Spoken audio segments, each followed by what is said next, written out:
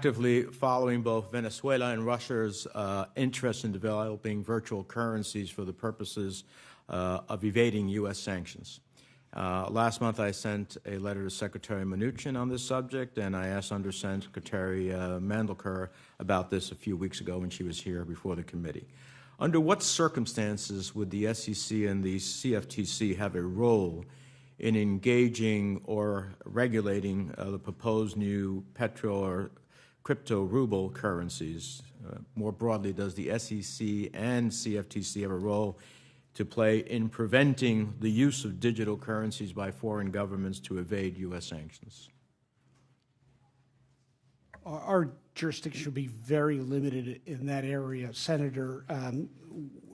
We have, as I've spoken about before, we do have enforcement authority for fraud and manipulation. And so if we thought that that instrument was being used for fraudulent purposes, manipulation purposes, we would not hesitate to take authority. But this, you're probably touching on an area where the jurisdictional lapse is probably greatest for the two agencies sitting before you today. And so let me ask you, manipulation, what if you're manipulating to avoid U.S. sanctions? I'd have to speak to our enforcement counsel to see how that fits in, but we would certainly look at it. And if I'd like to have you do so, and I would love to hear back through the committee. Are you interacting with FinCEN to the extent that you may have limited jurisdiction? Are you adequately integrated into the financial regulatory network that watches for illicit activities, or are there gaps that could create vulnerabilities? Yeah. So as we mentioned before, Senator, Chairman Clayton and I are part of a virtual currency task force that is put together by the Treasury Secretary that includes the Fed and FinCEN. And we have already had our first meeting, beginning meeting to set out some work streams. We will have more to come. And it just so happens that I'm actually meeting with FinCEN's virtual currency team this week on a previously scheduled meeting to get some introductory discussion started of cooperation between our agencies. Mm-hmm. And so I look forward to actually asking them this question as well. Okay. And I would just say to both of you, to the extent that you have a role to play and you lack the present authorities to do so, I would love to know about that if you determine that is necessary, because I get my sense of cryptocurrencies largely driven to evade U.S. sanctions and to undermine sovereign currencies. Both of them are a challenge to the national interests of the United States. Let me ask you this. We've seen a dramatic increase in the number of initial coin offerings where private companies are using digital tokens to raise money instead of going to the capital markets. The Wall Street Journal reported that initial coin offerings grew from about 96 million in 2016 to over 4 billion in 2017. Many of these ICOs are relying on celebrity promoters to gin up the sales. For example, last year, Floyd Mayweather, the boxer, used Instagram to promote the purchase of Centra tokens.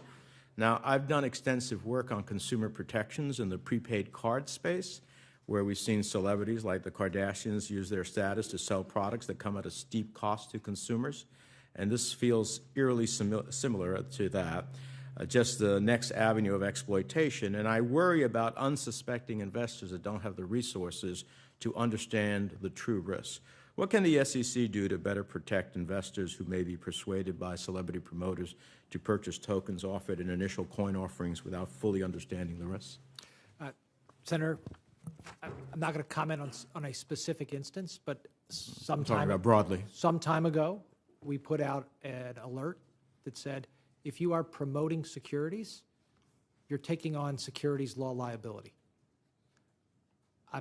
I believe that has tamped down some of this endorsement activity.